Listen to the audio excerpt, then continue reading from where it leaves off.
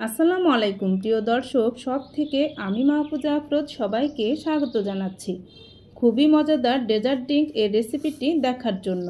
এই ঠান্ডা ঠান্ডা ডেজার্টটা খেতে কিন্তু খুবই মজা, আর এই ডেজার্টটা হাতের কাছে থাকা খুবই অল্প উপকরণ দিয়েই তৈরি করা যায়।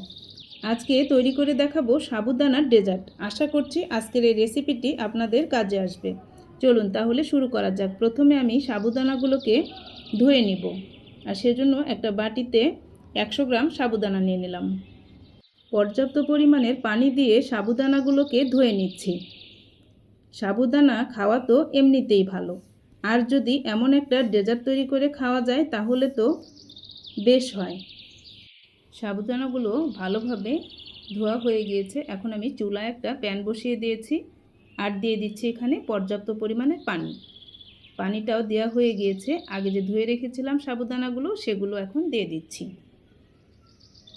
সাবুদানাগুলো যতক্ষণ পর্যন্ত খুব ভালোভাবে না ফুটছে ততক্ষণ পর্যন্ত সেদ্ধ করে নেব। আপনারা যারা আমার চ্যানেলটি এখনও সাবস্ক্রাইব করেন নাই, প্লিজ আমার চ্যানেলটিকে সাবস্ক্রাইব করে আমার পাশে থাকবেন। আমার রেসিপিগুলো কোথাও যদি একটুও ভালো লেগে থাকে প্লিজ একটি লাইক দিবেন। সাবুদানাগুলো প্রায় ফুটে গিয়েছে। এখন আমি এই সাবুদানাগুলোকে একটা স্ট্রেনারে ঢেলে নিব। ঢালা হয়ে গেলে সাবুদানাগুলোতে ঠান্ডা পানি দিয়ে খুব ভালোভাবে ধুয়ে নিব, তাহলে আঠা আঠা ভাবটা অনেকটাই কমে যাবে আর সাবুদানাগুলো বেশ ঝরঝরে হবে। আর এইভাবে আপনারা ঠান্ডা করে বক্সে ভরে কিন্তু ফ্রিজে রেখে দিতে পারেন, যখন ইচ্ছে তখন ডেজার্ট তৈরি করে নিতে পারেন। প্যাচুলা দিয়ে নাড়িয়ে পানিটা খুব ভালোভাবে ফেলে দিয়েছি। এখন সাবুদানাগুলো বেশ ঠান্ডা হয়ে গিয়েছে। এখন আমি একটা বক্সে উঠিয়ে নিব। উঠিয়ে নেওয়া হয়ে গিয়েছে। এখন আমি চুলায় একটা প্যান বসিয়ে দিব, আর দিয়ে দিব এখানে 1 লিটার দুধ। 100 গ্রামের জন্য 1 লিটার দুধ হলেই চলবে। আর দিয়ে দিচ্ছি 1/3 কাপ চিনি। চিনিটা আপনারা আপনাদের পছন্দ মতো ব্যবহার করবেন। দুধটা জাল করা থাকলে কাজটা সহজ হয়, সেজন্য আগে থেকে আমি দুধটা জাল করে রেখেছিলাম। এখন দিয়ে দিলাম 2 টেবিল চামচ গুঁড়ো দুধ। গুঁড়ো দুধটা এখন খুব ভালোভাবে মিশিয়ে দিব। আর এই গুঁড়ো দুধটা দেওয়ার জন্য দুধটা আরও অনেকটা ঘন হয়ে যাবে, আর ডেজার্টটা খেতেও কিন্তু বেশি মজা লাগবে। আমার রেসিপিটি ভালো লাগলে প্লিজ একটি লাইক দিবেন, আর সম্ভব হলে ফ্রেন্ড এবং ফ্যামিলির সঙ্গে শেয়ার করবেন। আর যারা আমার চ্যানেলটি ফেসবুক পেজ থেকে দেখেন, ফেসবুক পেজটিতে একটি লাইক দিয়ে ফলো দিয়ে দিবেন। আর যারা দিয়েছেন তাদেরকে অসংখ্য ধন্যবাদ।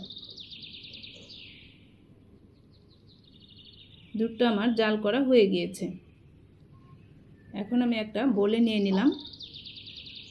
এখানে আমি কিছু ফল কেটে নিয়েছি। আমার হাতের কাছে যেই ফল ছিল সেই ফলগুলো আমি ছোট ছোট টুকরো করে কেটে নিয়েছি। আপনারা আপনাদের পছন্দ মতো কেটে নেবেন, আর হাতের কাছে যেই ফল থাকবে সেই ফল দিয়েই এই ডেজার্টটা তৈরি করে নিতে পারবেন।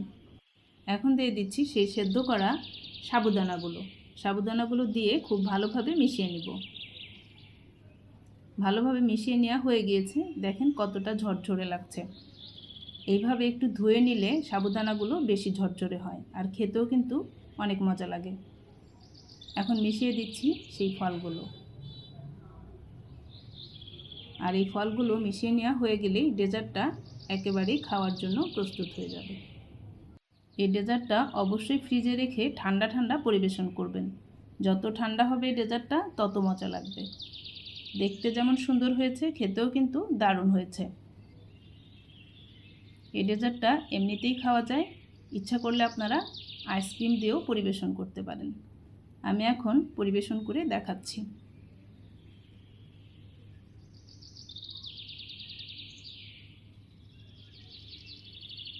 আশা করছি আজকের রেসিপি আপনাদের অনেক ভালো লেগেছে। ভালো লাগলে প্লিজ একটি লাইক দিয়ে আমার পাশে থাকবেন। এখন আমি উপরে অল্প আইসক্রিম দিয়ে দিচ্ছি। এটা অপশনাল, ইচ্ছা করলে দিতে পারেন, না দিলেও চলবে। এই ডেজার্টটা এমনিতেই খেতে অনেক মজা। আজ এখানেই বিদায় নিব। আপনারা সবাই অনেক অনেক ভালো থাকবেন। আবারও নতুন কোনো রেসিপি নিয়ে আপনাদের মাঝে খুব শীঘ্রই হাজির হয়ে যাব ইনশাআল্লাহ।